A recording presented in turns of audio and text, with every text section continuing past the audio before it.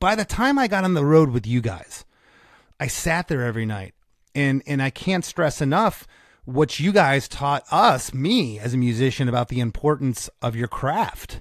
You know, I don't know of any band that practiced harder than you. I know when you guys moved to, what was it, Brookfield or Missouri? Brookfield, you know, when Missouri. you guys lived in some house, and when you were off the road home for 2 weeks, 3 weeks at a time, all you did is rehearse all day long.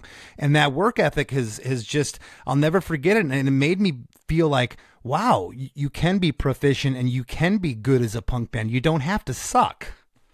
Well, you know, we had the examples of the Minutemen and Black Flag and guys who clearly, whatever else you wanted to say about them, they weren't exactly slackers in the musician department. You know, they were very, very, very good. And I feel like I can extend it to any number of bands from that era. But I think part of the beauty of the punk rock thing was it wasn't the important thing or smug.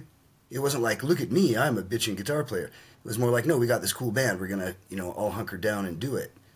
Right. Also, the practice thing's funny to me because when you have your first bands, you know, practice is the best thing that happens to you all day. Yeah. You know? And then somewhere in there, after bands put a record out and start doing touring, somehow practice, a lot of them, it becomes kind of a chore or something.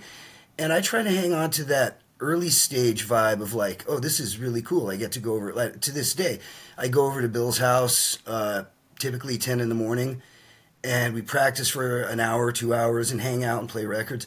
And I get a lot of the same charge out of it I did when I was still, you know, 18, 19 years old, going to my first practices with the Massacre guys.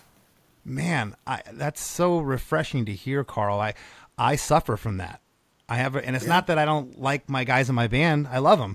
I suffer from that, that instinct, that guttural, you know, when those first, that's all you thought about all day long. You got in the rehearsal, we'd be in there for 9-10 hours. Yeah, yeah. And the thing is to keep it fun, you know, you have to fuck up your own songs. You have to, you know, come up with, you know, ways to make it fun for yourself. And we do, you know. Yeah.